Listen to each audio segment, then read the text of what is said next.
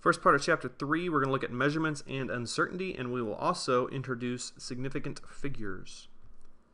A measurement has both a number and a unit. In chemistry, we have to have units. The numbers are meaningless without a unit. So temperature, mass, and length, those are some measurements we can make, and we use the International System of Units in science, and we will talk more about the SI system in the next section. Scientific notation. If you wish to use scientific notation, this works really well with large or small numbers. It just cuts out how much you have to write. And the reason you would use it, instead of writing, for example, let's say I have a measurement, and let's say it is 32 million. We'll attach a unit there. But the reason I would use scientific notation, again, this is if you wish, is it just makes the measurement a little bit neater and nicer when you write it. So 32 million, if you want to write in scientific notation, the decimal point's way over here. We're just going to move that decimal point. In this case, we're going to move it to right there. The number, the coefficient, has to be between 1 and 10, so we want the coefficient to be 3.2. And then we're going to move the decimal place seven places, so it's 3.2 and then times 10 to the 7th meters. And so scientific notation just kind of cleans up that number for us and makes it a lot easier when we write it. If you have a really small number, you can also use scientific notation. A lot of zeros here. But we're going to move the decimal place in the other direction, and we're just going to move the decimal until the coefficient is a number between 1 and 10. So we're going to stop right there, and it's going to be 7.7. That's my coefficient. And I move the decimal place over 7 places to the right, so that's going to be negative 7th seconds. So you can use scientific notation if you want to. Accuracy and precision. These are two words, very similar, but they do have different meanings. So accuracy is, when we're talking in the scientific field, how close you are to the actual or true value. Precision is how closely your measurements agree with each other. You can be accurate without being precise. You can be precise without being accurate. Or you can be neither, or you can be both. Let me give you an example here. This is supposed to be a dartboard. And I've thrown some darts here, and you see where the darts landed. Well, accuracy would be the bullseye. So obviously, I haven't hit the bullseye, because that would be accuracy if I'm hitting the bullseye. Well, so I'm not accurate, but my darts are right here. They're very close to each other. So I would say, just based on the way that I threw these darts, I have pretty high precision in this case. My darts are pretty close to each other. Are they accurate? No. Look at the next example here.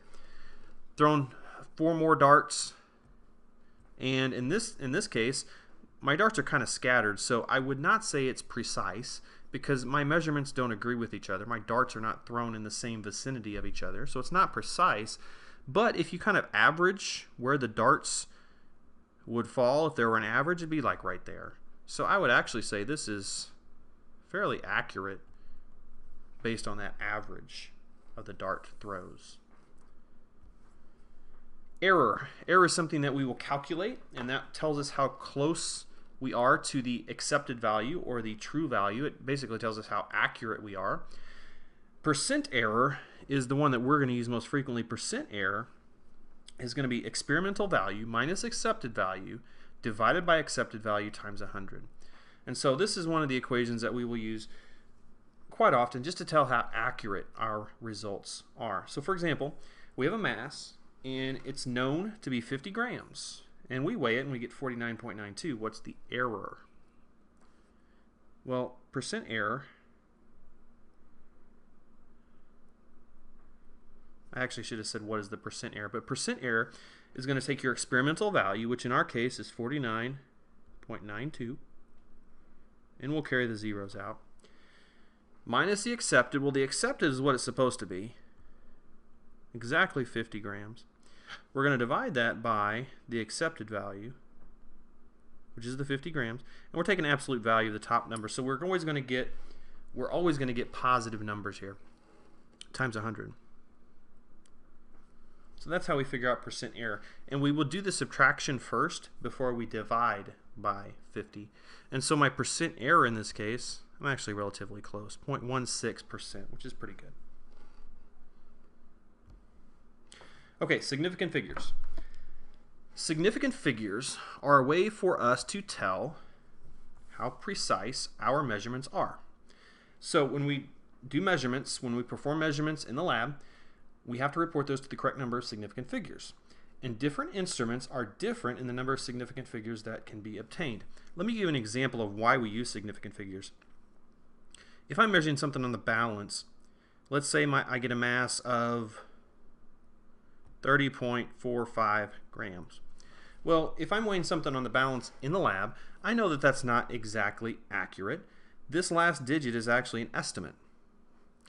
And scales differ in their error.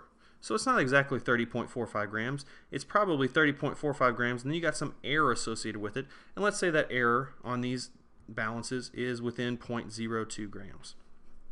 Okay, so the reason we use significant figures is because I want to get rid of this error that I have to write after every single measurement. I want to get rid of this plus or minus, and there's a range. Basically what that's telling me is my mass could be anywhere from 30.43 all the way up to 30.47. I've got a range within which to work because I know that balance isn't exactly accurate. But what significant figures do is they kind of cut out this last part, and I know that that last digit is an estimate. So I know that last digit is not perfectly accurate, but it's relatively close. And that's why we use significant figures, to get rid of this mess back here. Okay, there's some rules that we associate with significant figures. 6 rules. Number 1, all non-zero digits are significant. So when I take a measurement, and let's say my measurement is 3.47 seconds. If I want to know how many significant figures are in that measurement, I would say there's no zeros, so there would be 3 significant figures in that measurement. They're all significant. Number 2, now we're talking about zeros. Zeros placed between non-zeros are significant. Let me give you an example. If this is my measurement that I get from a scale, 60.008 grams, the zeros are between non-zeros, so they are significant. So in this case, if I'm counting up the significant figures, I actually have a total of 5. They're all significant. They're between non-zero digits. Number 3, zeros to the left of the first non-zero are not significant. Let me give you an example of what I mean by that. Let's say this is my measurement. Those zeros are to the left of the first non-zero. They're not significant. So this measurement only has 2 sig figs. Why are those zeros not significant? Well, you could easily write that measurement as, instead of writing it like this, you could write 1.1 times 10 to the -4th. And the zeros disappear. So they're placeholders in this case. That's why they're not significant. Number 4, zeros at the end of a measured quantity and to the right of the decimal point are significant. Example, 51.00 seconds. Those zeros are significant, so this one has 4. Why are those significant? Because 51.00 indicates a better precision than just saying 51, which would only have 2 sig figs. So adding those zeros adds some more precision to my instrument, which measured this quantity. Another example where this one would work, let's say I have a measurement like 400.00 meters. I know the 4 is significant. I know these zeros are significant because it says so right here in rule number 4. So that means everything is significant. This measurement would actually have 5 sig figs. 400.00 would have 5 significant figures. Number 5, we'll be talking about an instance like this. 32,000. Let's put a unit there. 32,000 seconds. Zeros appearing at the end of the quantity and to the left of the decimal point are not significant. So this measurement actually only has 2 sig figs. And the reason we say they're not significant is because this measurement is probably an estimate. It's probably not exactly 32,000 seconds. It's probably an estimation at some point. So 2 sig figs. The zeros don't count. Number 6, exact quantities have an unlimited number of significant figures. So, how do you know if it's unlimited? Well, you pay attention to the unit. If you count something, it's unlimited. So if I say 67 pins, this is not a measurement. Pins is counting something. So this would actually have an infinite number of significant figures. And when we get to calculations, this will make more sense into why we say it's an unlimited number of sig figs. Or if it's a defined quantity, like 1 meter equals 1,000 millimeters. That's defined. That's an infinite number of significant figures. Okay, we have to know the rules in order to do addition, subtraction, multiplication, division. When you add or subtract, these have a different set of rules than multiplication or division. So if we add or subtract, here's what you do. You round your answer to the same number of decimal places as the measurement with the least number of decimal places. So for example, let's say I'm adding 10.0 plus 1.12. First thing I'm going to do is I'm going to add those together. So I'm going to get 11.12, obviously. But then I have to round them off. And the measurement with the least number of decimal places is this one right here, which has 1 decimal place. So my answer can only have 1 decimal place. So this answer gets rounded to, and this is what I would report, by the way, 11.1. Let me do one more. So I add these 3 numbers.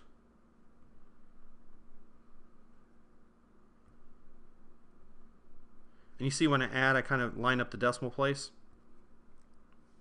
Not that you have to. But I'm adding 9 plus 3.45 plus 0.0076. First thing I'm going to do, add those together. I'll round off after I add them together. Add them up. Now, the measurement with the least number of decimal places is this one right here. It didn't have any. It was just 9. So my answer cannot have any decimal places. So 12.4576 would just be rounded to 12. And I know that may seem kind of not right in terms of math here, but if this is my least precise measurement, my answer cannot be more precise than my least precise measurement. And that's why we rounded these off.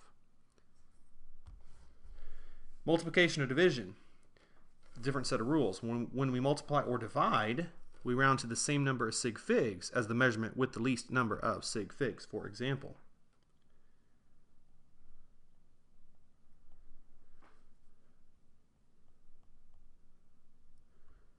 .0025 times 1.35. We're going to divide that by 56.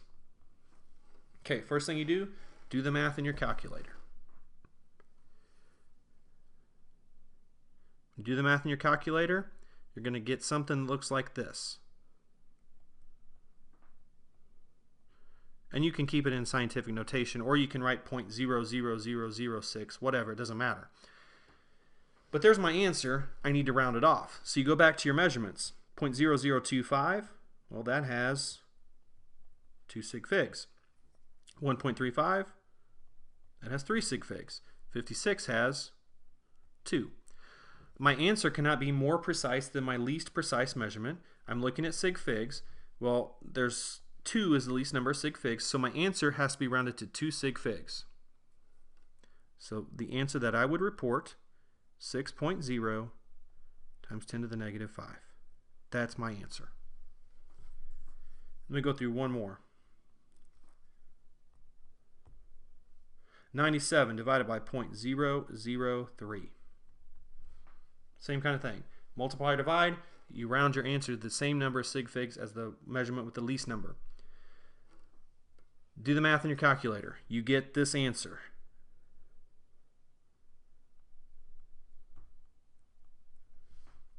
Go back to your measurements. 97 has 2 sig figs. 0.003 only has 1, which means my answer cannot be more precise than my least precise measurement. My answer can only have 1 sig fig. So 32,333.33 has to be rounded to just 30,000.